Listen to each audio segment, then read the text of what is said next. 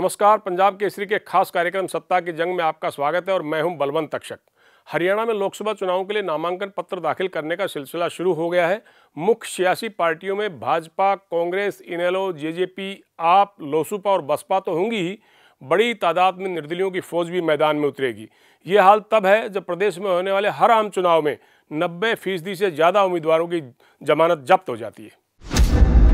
हरियाणा का रन, चुनावी महाभारत में ताल ठोकने को पार्टियां तैयार। हरियाणा की जनता को मुख्य दलों पर ही एतबार। ज्यादातर उम्मीदवारों की जब्त कर दी जमानत।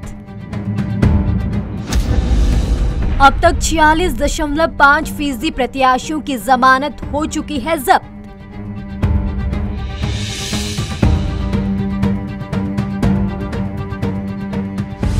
राज्य के संसदीय चुनाव के इतिहास की बात करें तो अभी तक कुल 2187 उम्मीदवार चुनाव मैदान में उतरे हैं।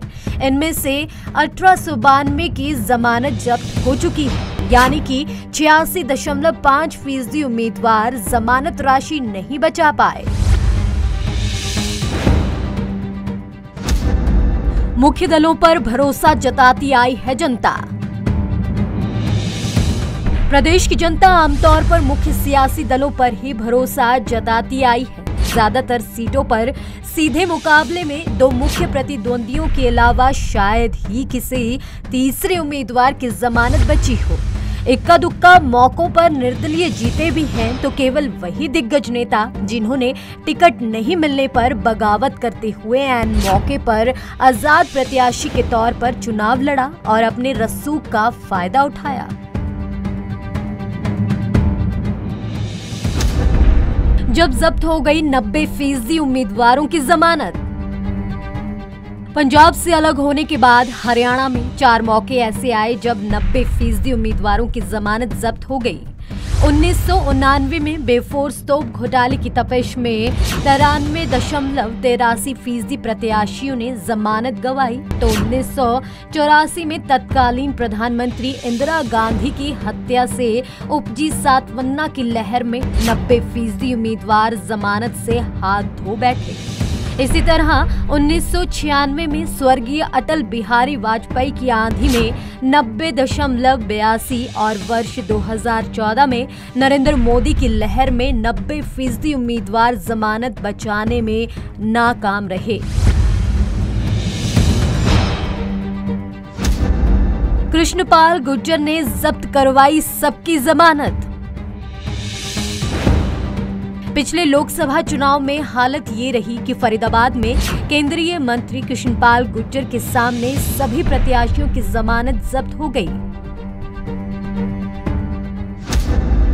आपातकाल में 34% उम्मीदवारों ने बचाई जमानत।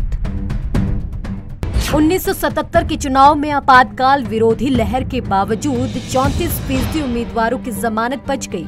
15वीं लोकसभा में छुटभय दलों के 51 प्रत्याशी मैदान में उतरे और सभी की जमानत जब्त हुई।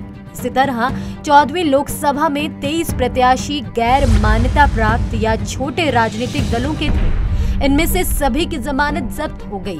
13वीं लोकसभा में छोटे और गैर मान्यता प्राप्त दलों के 13 प्रत्याशियों के अलावा सभी 74 निर्दलीय प्रत्याशी अपनी जमानत राशि गंवा बैठे।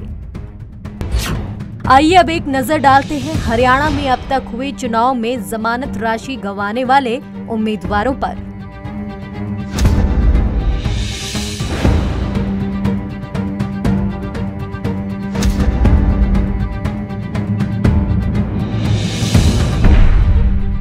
अब तक के संसदीय चुनावों का इतिहास तो यही बताता है कि 17वीं लोकसभा के चुनाव नतीजे भी कुछ अलग नहीं होंगे, लेकिन 23 मई जब तक कि चुनाव नतीजे नहीं आ जाते हैं, सभी उम्मीदवार अपनी जीत और विरोधी की जमानत जब्त कराने के दावे करते नजर आएंगे।